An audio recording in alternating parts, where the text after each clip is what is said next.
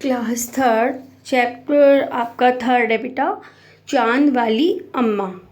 तो हम आज आपको यहाँ पर इस कविता के माध्यम से बताएंगे कि चांद क्या है और चांद वाली अम्मा की यहाँ पर इस कहानी में क्या विशेषता है और यहाँ पर क्या क्या बताया जा रहा है।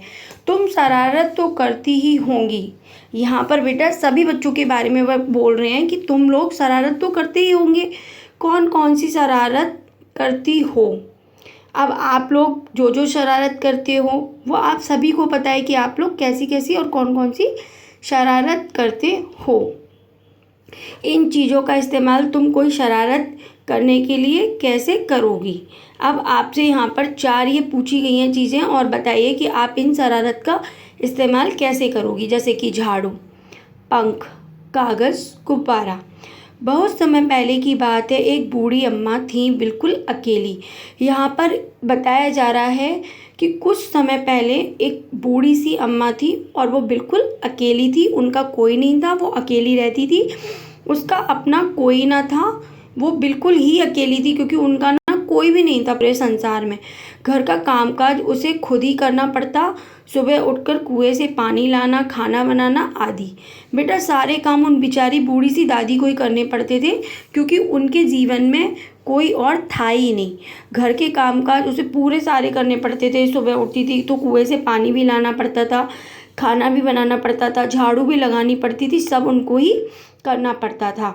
उसके साथ एक परेशानी थी, वह रोज़ सुबह उठकर जब घर में झाड़ू लगाती तब तो सब ठीक रहता, पर जैसे ही वे आंगन में जाती और झाड़ू लगाने के लिए झुकती तभी आसमान आकर उसकी कमर से टकराता।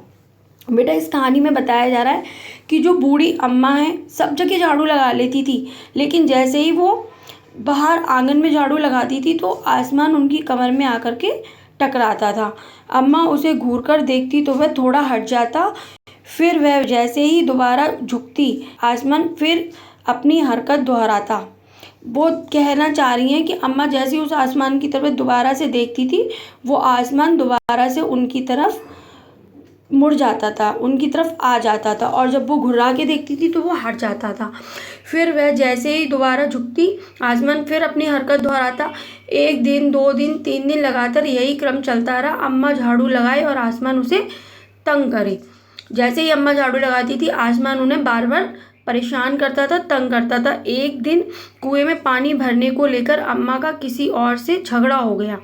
अब जैसे ही अम्मा पानी भरने के लिए गई तो वहाँ पे और भी औरतें थी, वहाँ पर अम्मा का किसी ना किसी से झगड़ा हो गया। अम्मा ज़रा गुस्से में थी। अम्मा वहाँ से ही लड़की आ रही थी। जब आपको भी बेटा पता है जब हमारी किसी से लड़ाई झगड़ा हो जाता है तो हमें गुस्सा आ ही जाता है।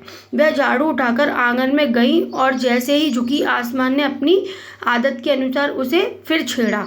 वो बता रहे कि अम्मा एक तो गुस्से में थी और जैसे ही वो घर पे वो पानी का उन्होंने घड़ा रखा और जैसे ही वो आंगन में गई झाड़ू लगाने के लिए वैसे ही आसमान उनको फिर से परेशान करने लगा, फिर से छेड़ने लगा। अम्मा ने आँव देखा न ताब और कसकर एक झाड़ू आसमान को दे मारी। अम्मा को बहुत गुस्सा आ गया कि ये बार बार मुझे परेशान करता है, तो अम्मा ने क्या किया, जो हाथ में झाड़ू थी वो आसमान को दे मारी, मतलब आसमान को मार दी। आसमान झट हट गया पर वह भी अपनी आदत से मजबूर था। दूसरी बार फिर अम्मा के झुकते ही टक्कर मारने लगा। अम्मा ने फिर पूरी ताकत से उस पर वार किया। बार बार आसमान अम्मा को परेशान करता रहा और अम्मा ने उसे मारने के लिए वार करती रही। आसमान को शरारत सूझी, इस बार उसने झाड़ू पकड़ ली। उधर अम्मा भी झाड़ू पकड़े थी। आसमान ने सोचा क्यों ना आज अम्मा को झाड़ू सहित ही उठा लूँ। तो आसमान ने क्या किया, आसमान ने झाड़ू पकड़ ली और अम्मा भी पकड़े हुए थी। तो अम्मा झाड़ू समेत ही आसमान के साथ उड़ गई। रस्साकसी शुरू हो गई। झाड़ू का जो ऊपर वाला हिस्सा था वो तो आसमान पकड़े हुए था और नीचे वाला हिस्सा अम्मा। दोनों छोड़ने को तैयार नहीं थे। अम्मा चिल्लाई, छोड़ मेरा झाड़ू, मेरे पास यही एक झाड़ू है। तब भी आसमान ने नहीं छोड़ा। बूढ़ी अम्मा कब तक रस्साकशी करती, थक गईं। आसमान ने झाड़ू खींचना नहीं छोड़ा। अब वह झाड़ू के साथ ऊपर उड़ने लगी। उसके साथ साथ झाड़ू पकड़े हुए अम्मा भी ऊपर जाने लगी। वह चिल्लाई, मुझे नीचे छोड़ दे, मुझे नीचे छोड़ दे। लेकिन आसमान ने उनकी एक न सुनी। आसमान ने कहा, अम्मा अब मैं तुम्हें नहीं छोड़ूंगा, ले चलूँगा ऊपर, वही झाड़ू लगाना। आसमान उनको परेशान करने लगा और कहने लगा, अम्मा मैं तो अब तुमको नहीं छोड़ूंगा, अब मैं तुमको ऊपर ही ले चलूँगा, तुम वहीं पे झाड़ू लगाना। अम्मा अब झाड़ू नहीं छोड़ सकती थी क्योंकि वह बहुत ऊपर पहुंच चुकी थी। तभी उसे वहां चांद दिख गया। झट अम्मा ने पैर बढ़ाया और चांद पर चढ़ गई। अम्मा ने अपनी होशियारी का परिचय देते हुए देखा कि उन्होंने वहां पर तो चांद नहीं, क्या कहते हैं, झाड़ू छोड़ी, क्योंकि अम्मा अगर झाड़ू छोड़ती तो नीचे गिर जाती बेटा। तो उन्होंने अपनी समझदारी का परिचय देते हुए जैसे ही आसमान देखा वैसे ही वो क्या कहते हैं, चांद के ऊपर चढ़ गई। जैसे उन्होंने वहाँ पर चांद देखा वो चांद के ऊपर चढ़ गई, पर झाड़ू नहीं छोड़ी। आसमान को फिर शरारत सूझी। उसने सोचा, अम्मा तो चांद पर चढ़ गई हैं, यदि चांद उसकी मदद करेगा तो मैं हार जाऊँगा, इसे यहीं रहने दूँ।